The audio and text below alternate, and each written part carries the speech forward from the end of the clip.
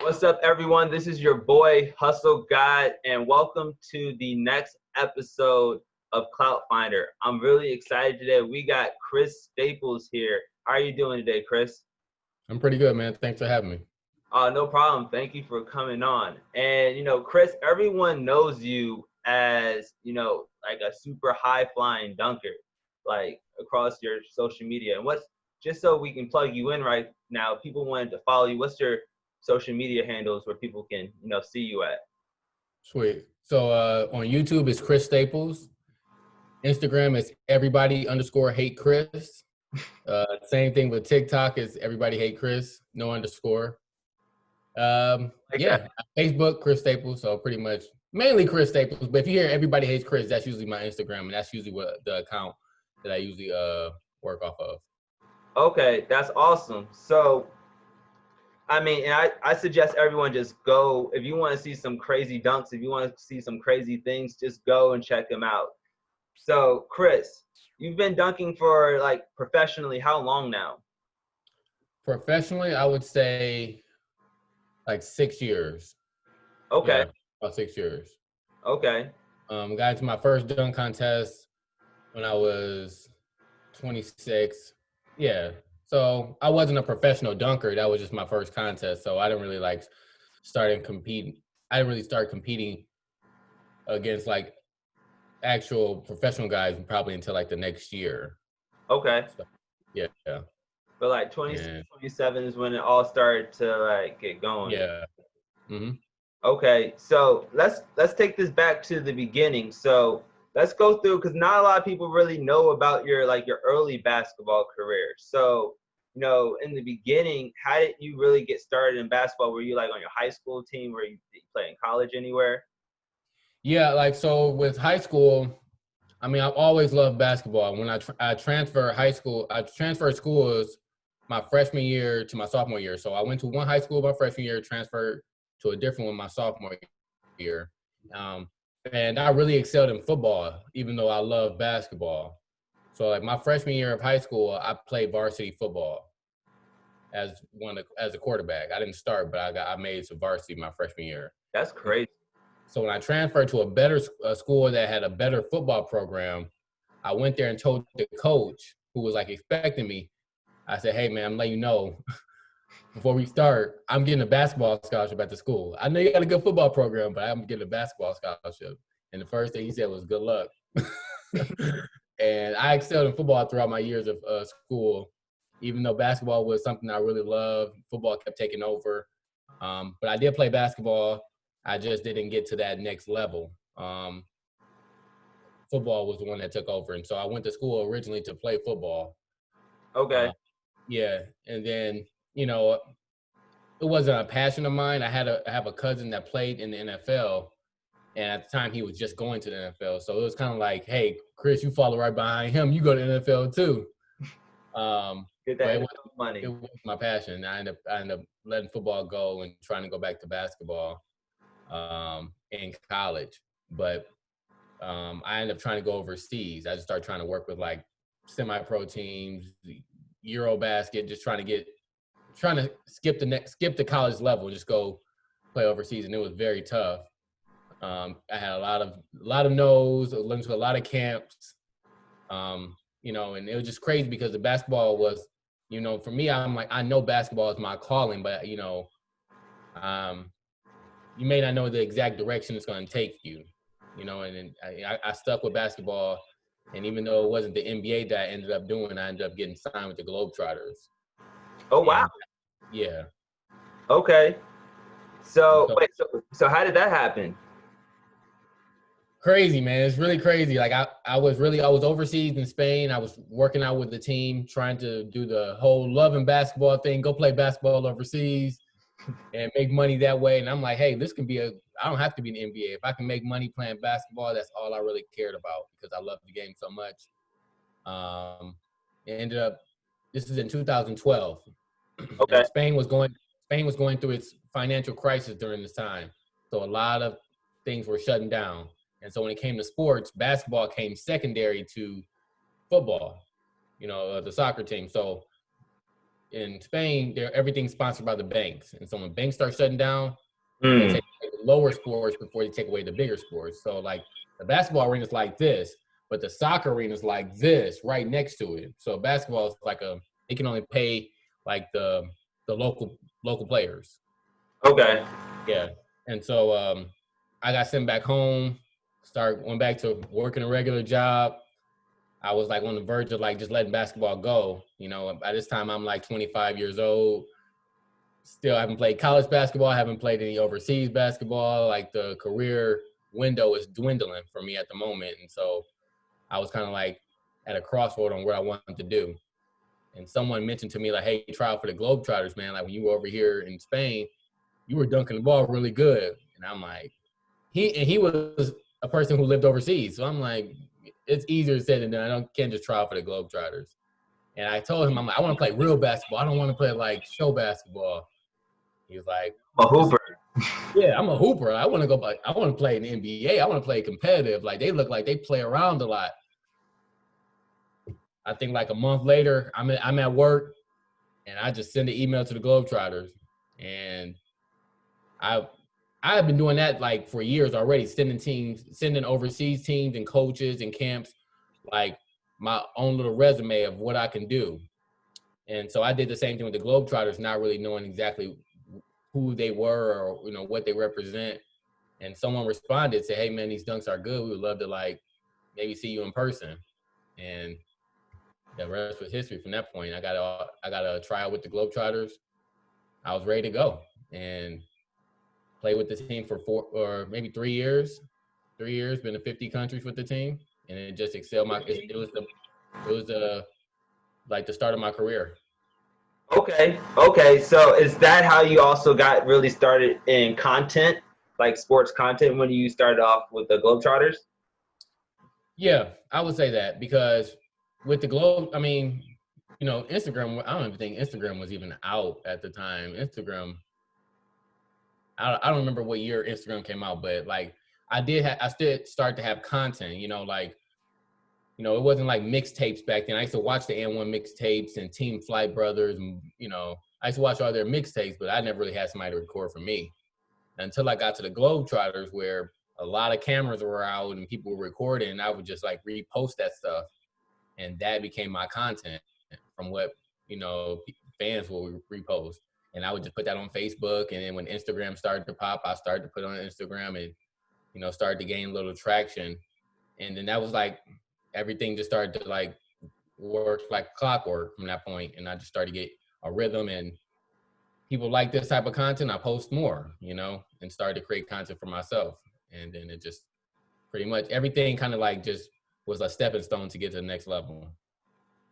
That's amazing. And I love hearing it from your story in the perspective of coming up through sports, because as I spoke with other content creators who were just more focused on film, everyone has a story of having to really go through that process and make that climb. And so, you know, jumping into like the sports content world, like what is your, like that's it's its own thing and it's its own wave. And what is your opinion so far of just, you know, you now starting to make your mark in that field? Well, I think it's a awesome tool. I mean, it's pretty much saved my career. I think, you know, like I think I still would be the person I am today without it, but I think it gives us a platform, you know. Um, from what I've done, you know, a lot of people always ask, Chris, why are you not in the NBA? Like the NBA is just the only thing you can do if you can play basketball well.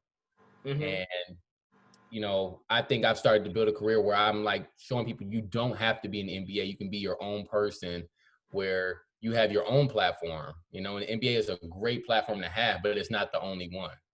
You know, that's like, you know, if you work for Apple, I'm like, why are you not the CEO of Apple? And you're like, well, I could still be high up in Apple. I don't have to be the CEO. And the NBA is probably like the CEO of basketball, you know, like that's like the top level. But doesn't mean you can't be a star in your own field, you know, and so, you know, I started to create that content where I started to show that, you know, slam dunking You know, it could be fun. You can make money off slam dunking, where contests at one point, the most you could win is $10,000, but they will only have that once or twice a year.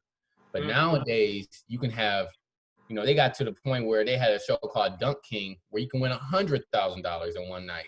And now I was like, hey, you know what? Like, it might not be $1,000,000, but it's not too many people that's making $100,000 to do 6 dunks In one day. in one day. And so it made, hey, you know what? Dunking can actually be a job. You know, when I first started to do it, it was definitely like, even if you were the best of the best, it was definitely a side job because social media wasn't at its peak yet. You know, YouTube was still very new, and, you know, and people making money off the social media. That it was only a couple different areas you could do that in. And now it's totally different where you can completely work off social media and make a living for it. And so, like I said, it's just the transition. I just want to stay with the wave, and I've started to transition into doing that, and it's been very good for me. And it's helped me become more of a creator because the more content you make, the more ideas you start to come up with, and you hear fans, they may criticize here and there, but it's good because you see what you can do better, and I appreciate it. Yeah, that's awesome. And thank you for sharing your story. And what I love about what you're saying is that in the past, basketball was a very it had a very minor or very narrow road to, potentially this being your life and this being your career, where you had to have like the right AAU connections or the right high school to be able to get to the right college. And you have to go to the right college to get seen by, the right NBA scouts or to get the right overseas programs. And now you're saying that you can go out and build your own platform through content to get noticed, to create a whole new world for you. And that really the limits are disappearing, and that you can really, if you have the passion, build your life around sports in a whole new way now. Exactly. Like that's spot on. That's exactly what it is, you know.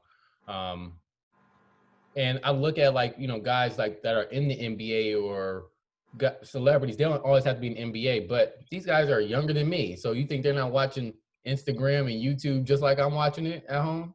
And so they're able to see our content too. And it's created such a big platform to where I've been fortunate enough to work with some NBA players who want to work on certain things, slam dunks for the dunk contest. And, you know, I have a friend, Chris Matthews, who's lethal shooter. He's been doing content of shooting the ball, just working on fundamentals and technique. And he works with NBA players, but they've all met him through social media. And so now it's like we have our own platform. You know, for me, slam dunking, this is my NBA for slam dunking, you know, and this is my area. And I just love it. And I always appreciate just having this type of platform because it's something I'm very passionate about. And I'm able to share whatever knowledge I've learned throughout the years to someone else. That's awesome. So so just out of curiosity for the audience, who's been your favorite NBA players that you've met, and your favorite NBA players that you've either collabed with or made content with? Oh, wow. So favorite NBA player I've met, well, rest in peace, Kobe Bryant. I just met him last year Man, at the Mamba Academy. Yeah, it was my first, well, it was my second time seeing him in person. But the first time I didn't get to meet him, it was crazy because it was in 2012 when I was actually just getting started, and or 2013, and LeBron was there and Kobe was there. It was an All-Star weekend. I got invited to do this exhibition game, and I was on LeBron's team. And I was like, I want to be on Kobe's team. I don't want to be on LeBron's team. And I'm like, LeBron, cool, you know, but he was in 2012, it was still Kobe's league. Like, no, like, I want to be on his team. is that when he went back to back? No, he went back to back in 2010. But I feel you. He still was, LeBron was nice, but LeBron didn't win until maybe 2012 or something like that. Yeah. Yeah, so it was like LeBron coming up, he about to be, but Kobe's still the guy. So, you know, I met him. I saw him then, didn't really get the same thing, but then I actually met him and spoke to him at the Mamba Academy last year. And that was dope. So that was icing on the cake for me because that's one of my favorite players growing up. And then as far as collaborations, I would say Dwight Howard. So if you haven't seen the dunk contest, I don't know if you've seen the dunk contest, but when Dwight Howard was in it, he did a certain dunk, which was a dunk that I created a few years ago. It was called the Christ Air, where he jumps up, he spreads it out, and then he dunks it. But I met Dwight Howard last September at Venice Beach when he first signed with the Lakers. And he was just out there slam dunking the ball. I walked up to him and was like, hey, can I dunk with you? And he's like, yeah, let's do it. Next, you know, got this huge crowd around us. We're just going dunk for dunk for dunk. It was dope. Like and then he said afterwards, like, you know, I went home, like, that was just dope. I had an opportunity to dunk with Dwight Howard, NBA legend, dunk champion. He sends me a message and said, man, you make me want to get in the dunk contest again. And I was like, yeah, do it. That's dope. Go ahead. I'm happy he said that. But he's like, no, I need some help. And then he asked me, can I show him a few dunks? And I'm like, yeah, why not? Of course. So that was my best collaboration. And see him do it, actually perform that dunk in the slam dunk contest. And I was there to witness it. That was just like the best, you know, that's the best compliment I can have as a slam dunker for someone like him to want to go out there and try to perform a dunk like that. So that's my best collaboration. Got you. And, you know, moving past just like the NBA world, you know, we have this whole new world of content creators around basketball. We got like the T-Jazzes, we got the Professor, we got B-Dot, we got Filet, and so many more. And, you know, you've worked with a lot of these people. Who've been some of your favorite content creators who are just like basketball content creators that you've worked with or you've collabed with in the past? Well, I've worked with all those guys before, so it's hard to say who's my favorite. I like consistency. So, you know, if I would say, I would say T-Jazz, even though I like Professor is definitely up there. I would say T-Jazz just because he's constantly putting out content. He's young, and so he's starting much younger than a lot of people, and he's such a big time guy, but he puts out a lot of content every day. He still does so many shots that seem impossible. I still can't even understand how these shots are going in. At the same time, he plays basketball. He plays in 5-on-5 tournaments and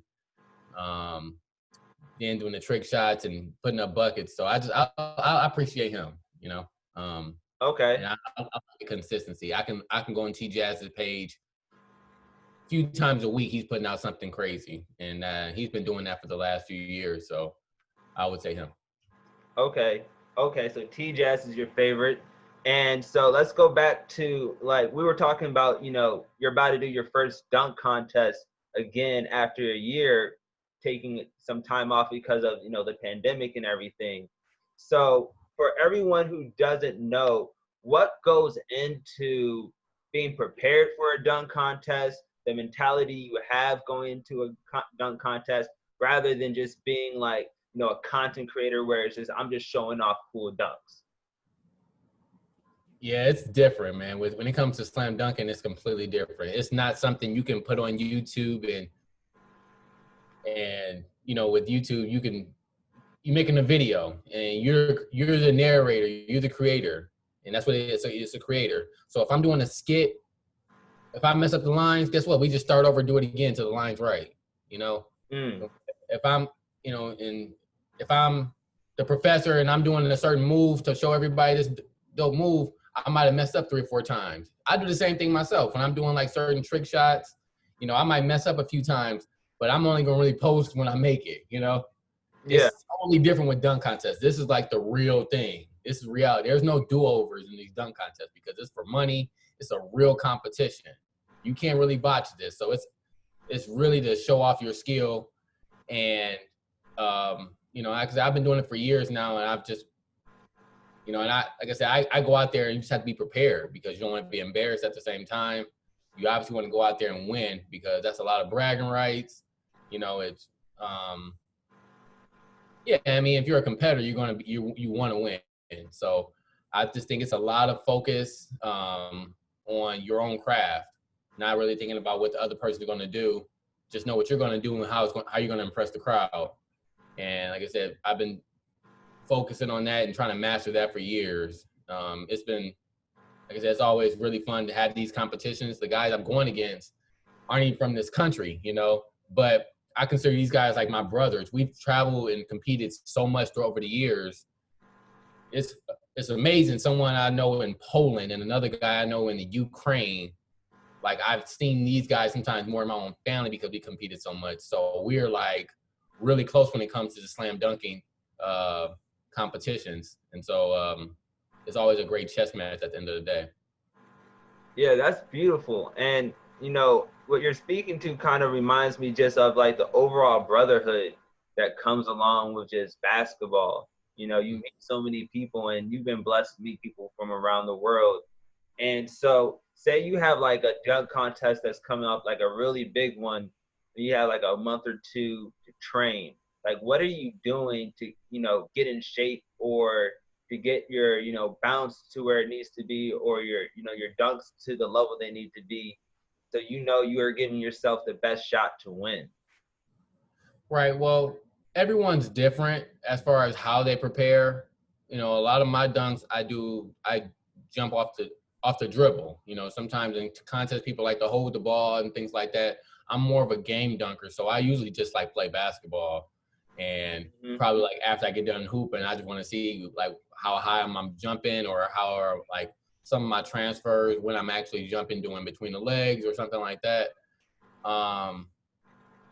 But yeah, that's really what I do. And I just make sure I get like a lot of rest. I mean, I've been doing it for a while to where it's a muscle memory type thing, but sometimes you want to go out there and just to wake those muscles up and wake up that you have that adrenaline going, and that's really my best preparation, is to make sure before a contest to get a lot of rest and try to have my legs as fresh as possible, to where I'm like for me, I usually like to not dunk a few days before a dunk contest. That way I'm like kind of itching to dunk.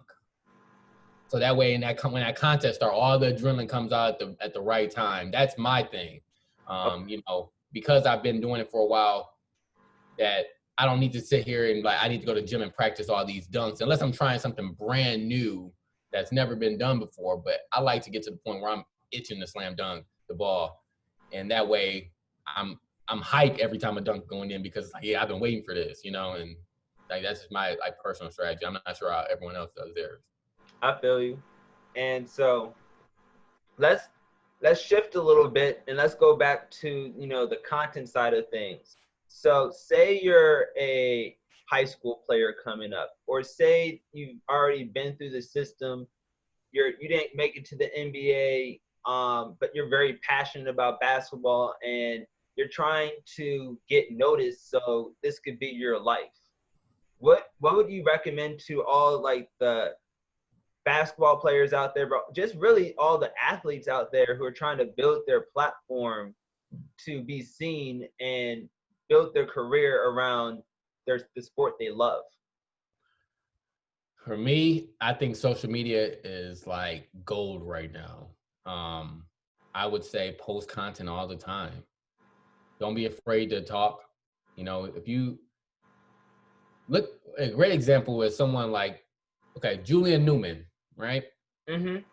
You heard of him, right? Yes. Yeah, like, knock to him. This guy is probably 5'5", right? And can dribble and stuff like that. But the fact that this guy has a dad who runs his mouth, he talks a lot of trash. They record so much content all the time. No, he may not make it to the NBA, but he's a big time name because of the content he puts out there and the story that he tells. And I think with social media, this is anyone's opportunity to become. They can write their own story. They can narrate how they want to narrate and have the people view it how they want to view it. Another example is LeVar Ball. Come on, you look at him, you're like, yeah, he's talking. He's recording all these games. They're loud. They're making sure people are seeing them. And now he has one son who's the number 2 pick, and another son that's about to be the number 1 pick. You know what? I think a lot of that was based off what we've seen on the internet. When you have all these big sites posting them and things like, yeah, it took it to another level. Not saying these guys couldn't make it to the NBA, but their stock rose because of the popularity, and that makes a big difference. Those are dollar signs at the end of the day. And I would say for any content creator, put your name, put yourself out there, create a story where people eventually start to see who you are. Post as much as you can, because we forget. People forget so quick. Like, I can't go on Instagram and I don't know, like, your post from 3 weeks ago won't be on my timeline. So I forgot what you did 3 weeks ago. But if you keep posting, hey, I've got to click on your page, maybe I start following a little bit more, see more content that you've posted over the previous weeks. So people forget so quick, and I just think the more you post, the more people start to notice you. Okay, and building off of that post consistency, say someone's starting to create content and they're starting to put it out there consistently now, and they don't have the biggest audience, but they want to collaborate with some higher level influencers, because collaborations is also how you get more eyeballs on you. How does someone bring value to someone like yourself, where you're like, hey, I want to potentially work with this guy or make content with this guy? So wait, explain that last question, the question again. Like, how does an athlete who's making content, approach someone like you to collaborate, to potentially make some content together and bring value to you?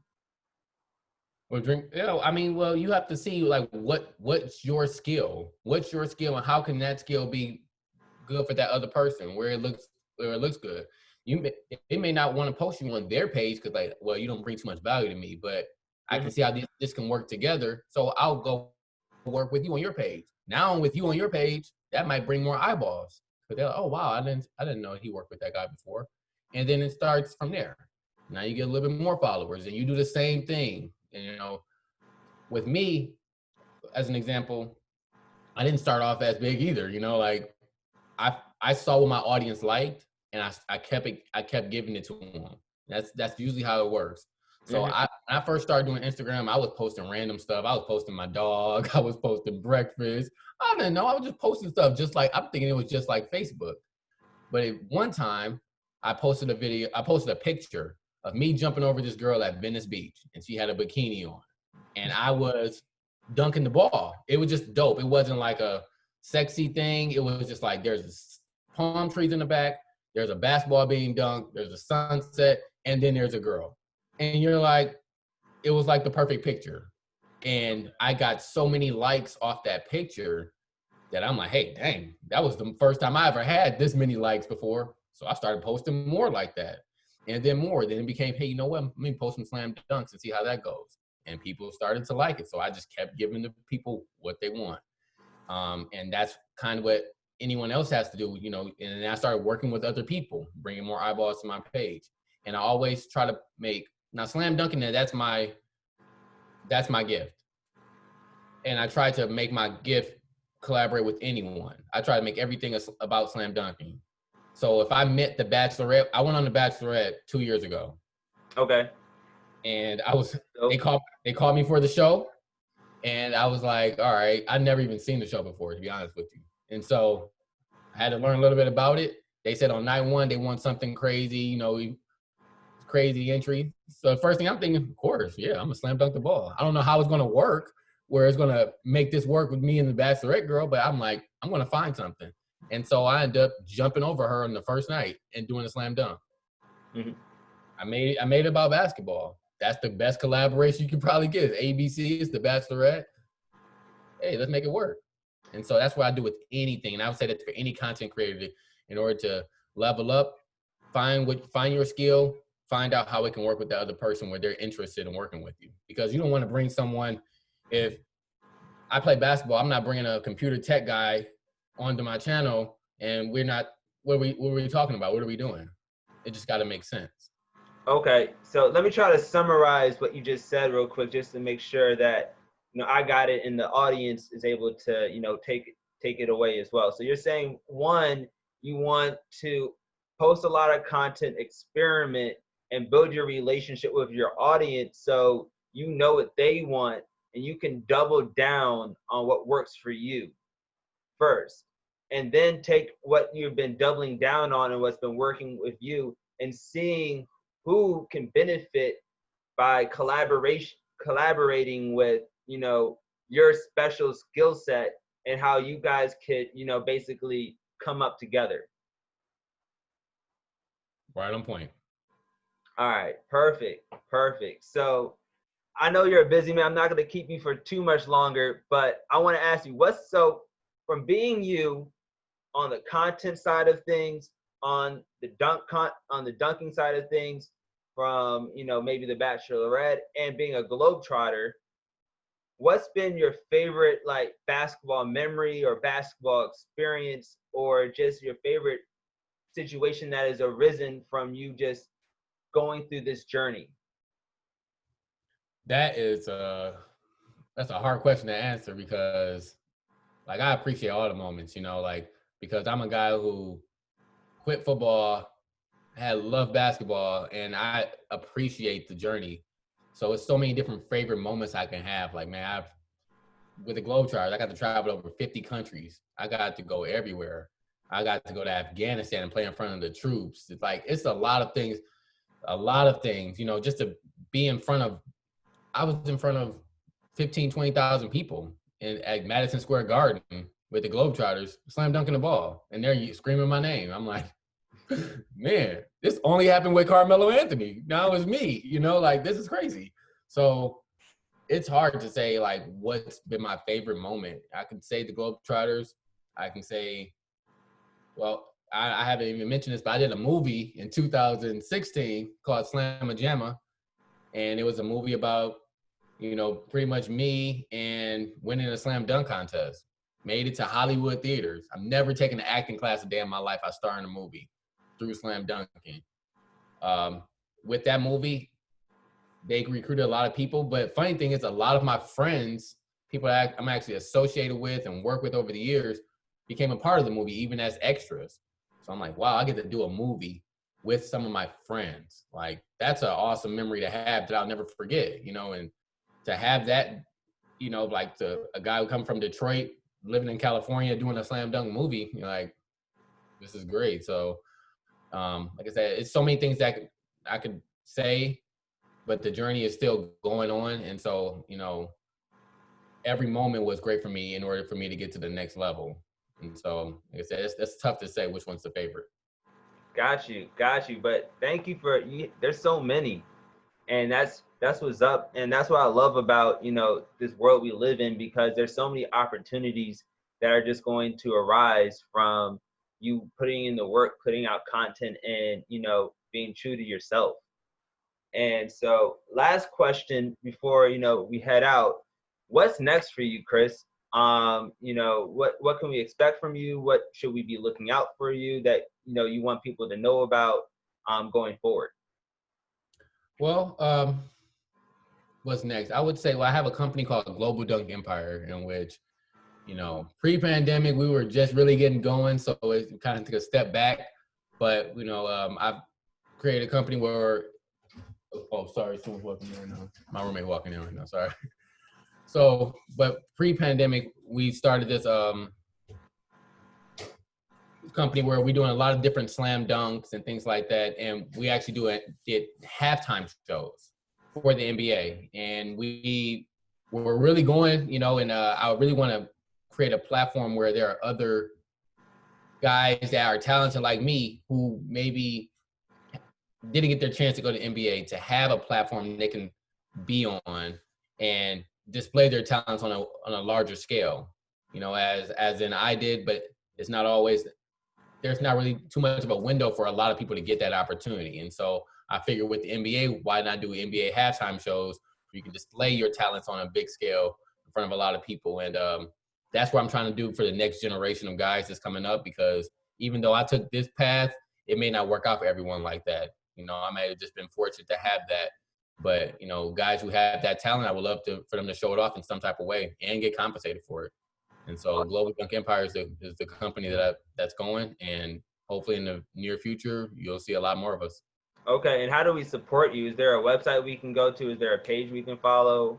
Yeah, I have Global Dunk Empire on Instagram, and then you go to globaldunkempire.com, and you can check out our website. Okay, beautiful. So everyone go check out globaldunkempire.com. Is that the right one? Yep. And check him out on Instagram as well. So I think we're gonna wrap up right there. And Chris, thanks for stopping by with us, giving us your time and sharing some of your stories and insight with us. No problem. Thanks for having me, man. No problem, fam. All right, talk to you soon. All right, peace.